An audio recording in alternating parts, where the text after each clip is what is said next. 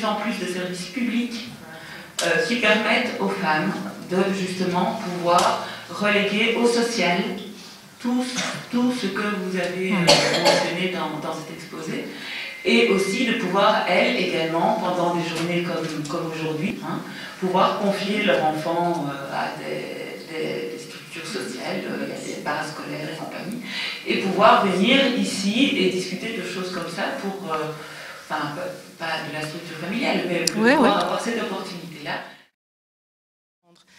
Je reprends en disant que mon intervention de ce jour autour du patriarcat entre repères, évolution et une expérience locale ne consiste pas à exposer un travail de recherche exhaustif sur la question du patriarcat ou le concept de genre, mais plutôt à décrire et expliquer pourquoi et comment des femmes, à partir de leur réalité, se sont associées pour défendre leur autonomie, indépendance, leur autodétermination et augmenter de ce fait leur voie d'émancipation. Lorsque nous avons abordé le sujet de la composition de notre ASBL, les membres fondatrices se sont demandé s'il était compatible avec nos objectifs d'ouvrir aux hommes le statut de membre effectif. Dit ainsi, c'est clairement discriminant, on est tous d'accord avec ça, et c'est contraire à nos valeurs d'égalité, d'autant qu'au sein de notre collectif, on ne promouve pas le remplacement d'une domination par celle des autres. Et on se réfère à la citation de Gandhi qu'on adore, la victoire obtenue par la violence équivaut à une défaite car elle est momentanée. Et nous ne voulons pas faire preuve dans les projets que nous menons de violence. D'une part, nous voulions surtout ne pas reproduire au sein de notre collectif les mécanismes de domination traditionnels. Et deuxièmement, nous voulions casser aussi les normes de production de la violence symbolique entre hommes et femmes. Pour citer Bourdieu, qui est le fondateur de ce concept, les dominants, donc là je parle directement des hommes, les dominants, du fait même de leur position, sont en accord profond avec le monde social tel qu'il est. Celui-ci est ce qu'il doit être, puisqu'ils y exercent la domination qu'ils sont convaincus de mériter. Avec cette réflexion, on arrivait à un constat. C'est que si le patriarcat n'est pas notre cadre de référence à nous, femmes militantes, il demeure cependant et néanmoins encore aujourd'hui notre cadre de vie ambiant. Et automatiquement, il est des hommes, et là on ne généralise pas, mais il est des hommes qui vont se positionner naturellement, ordinairement, en agents dominants, convaincus qu'ils occupent les conditions qui leur reviennent de droit. Et notre lutte contre toutes les formes de dominance, de violence, de pression et d'harcèlement nous a paru plus compliquée, avec des partenaires qui privilégieraient, excusez-moi, ça ne va pas du tout ma conjugaison aujourd'hui, avec des partenaires qui tendraient à privilégier, même involontairement, des stratégies qui seraient défensives et conservatrices par rapport aux questions féminines. Et vous allez me dire, mais alors pourquoi vous vous êtes questionné au sein de votre collectif sur la portée de la violence symbolique du système patriarcal?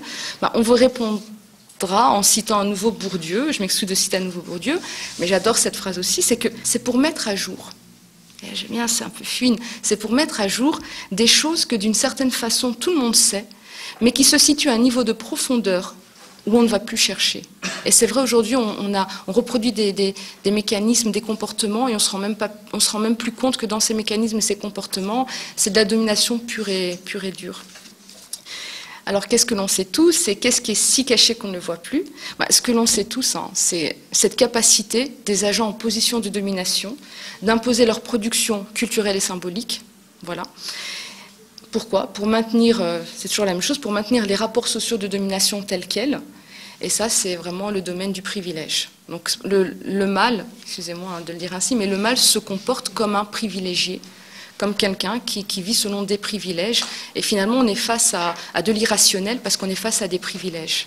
Et c'est là-dessus qu'il faut s'entendre et c'est là-dessus qu'il faut travailler.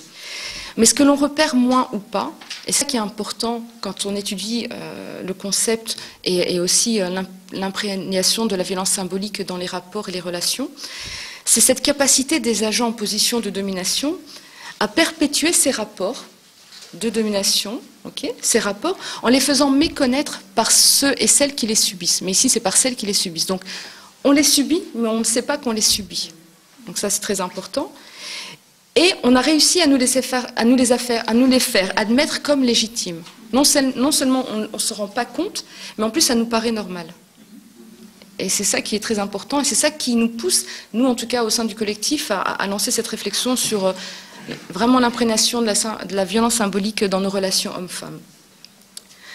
Et chose plus importante, mais bon, c'est un petit résumé de ce que je viens de dire, c'est que la domination donc, qui s'est exercée à l'encontre des femmes dans nos sociétés a laissé des traces, inconscientes pour la plupart, mais qui peuvent favoriser alors que les femmes se positionnent à leur tour par réflexe en agents dominés. Et c'est exactement ça qu'on n'a pas voulu reproduire dans notre collectif. On n'a pas voulu bannir les hommes, puisqu'ils peuvent être membres adhérents, sympathisants, payer leurs cotisations, participer à faire évoluer les mentalités, ça, il n'y a pas de souci, mais ils n'ont pas accès au droit de vote. Ils doivent se battre encore pour ça. Et s'il leur faudra des siècles, ça prendra des siècles. Et si moi j'ai choisi pour titre de mon intervention le patriarcat entre repères, évolution et expérience locale, c'est parce que nous travaillons au sein du collectif, à travers notre réflexion et le choix de nos actions, à localiser le cycle, parce que c'est un cycle, ça ne s'arrête jamais, le cycle de ce système de référence pour mieux permettre de comprendre son fonctionnement et de déjouer son automatisme. Et pourquoi j'ai utilisé le mot repère dans mon titre? C'est parce que l'habitude au sens de repère, c'est clair, est utile à la société. Je veux dire, on a besoin d'un cadre, de repères et tout. Mais quand cette habitude ou quand ce repère n'est pas régulièrement remis en question, n'est pas régulièrement questionné, n'est pas réinventé, cette habitude ou ce repère devient le pire ennemi de la réflexion critique et de l'évolution nécessaire de la société. Bon, il n'y a rien de révolutionnaire dans ce que je veux dire parce qu'on sait tous ceci, mais c'est important de le redire. Donc, la femme, son royaume, c'est le foyer. Généralement, elle a un royaume, c'est le foyer. Et en ayant ce royaume ce foyer pour royaume, elle est assignée voilà, à cette sphère parce que bon, ben voilà, elle doit diriger son royaume, elle doit faire le nécessaire pour qu'il fonctionne au mieux. Mais en l'assignant à cette sphère-là, on la déconsidère dans d'autres sphères parce qu'on estime que son temps étant principalement pris par le foyer, elle n'est plus considérée comme une valeur sûre à l'extérieur, donc sur le marché de l'emploi. Et je dirais aussi que nous, on s'intéresse aussi à la question de l'école, et ce qu'on a pu remarquer dans des témoignages et aussi dans la lecture d'études sociologiques, c'est qu'on oriente souvent les jeunes filles vers des carrières types. Et un des autres archétypes du patriarcat qu'il m'a semblé important de partager avec vous, même si on le sait tous, c'est que la femme, ben, voilà, elle est souvent vue dans le patriarcat comme un objet qui est manipulable et qui est exploitable. Et ça c'est malheureux. Et donc, si elle est vue comme un objet manipulable et exploitable, c'est que finalement, le respect de son intégrité n'est pas si important que ça. Évidemment, nous, au sein du collectif, on condamne complètement le cantonnement. On n'est pas contre une représentation ou une autre. On condamne le cantonnement des femmes à une représentation et à un rôle déterminé. C'est à la femme de choisir ce qu'elle veut être. Mais nous, ce qu'on condamne, c'est vraiment la fixation des femmes dans une représentation ou dans un espace donné. Une autre chose, expliquer aussi pourquoi on s'est nommé toutes égales au travail et à l'école, c'est parce qu'on a pu aussi constater que finalement, les détenteurs communs du pouvoir normatif et symbolique sont souvent le patronat, les directions, que ce soit d'entreprises, mais même d'écoles, des enseignants, hommes ou femmes, des enseignants, l'enseignement, les institutions, etc. Tout ce qui est détenteur du pouvoir normatif à l'échelle sociétale. Donc tout cela, on a pu constater qu'ils collaboraient, qu'ils participaient à transmettre, même inconsciemment pour certains, mais les normes et les valeurs de la classe dominante. Et on revendique aussi on est dans le refus de la modélisation arbitraire. Et là, je vais encore me permettre, je m'excuse de citer Bourdieu, la modélisation arbitraire qui a pour objet de faire intérioriser des modèles, d'inculquer des situations et d'enseigner des vérités. Faire adopter certaines représentations à des agents équivaut à refouler, à censurer toutes les autres représentations possibles. Et c'est ça, être toutes égales. Bien que mon intervention ait pour fond la thématique du patriarcat, il y a une petite précision à apporter quant à notre posture générale voilà, au sein du collectif, c'est que nous ne nous contentons pas uniquement à traduire en justice le mal dominant, mais plutôt en analyse tous les discours et les déploiements culturels qui tentent d'imposer leur domination, monopole et paradigme. Parce qu'aujourd'hui, la domination n'est pas juste le chef d'homme. Ce serait réducteur et ce serait, réducteur et contre-productif d'avoir juste cela en tête. Je vais m'expliquer. Parce que même si nous avons désigné la force dominatrice du patriarcat ambiant, on ne peut pas exclure qu'il y a d'autres stratégies de domination. Là, c'est super important pour nous au sein du collectif, la domination de stéréotypes sur des réalités. Aujourd'hui, on fonctionne par représentation et stéréotypes et on ne fonctionne plus sur les réalités de terrain. Et ça crée énormément de dégâts parce que finalement, on n'écoute plus les femmes, elles n'ont plus vraiment la parole.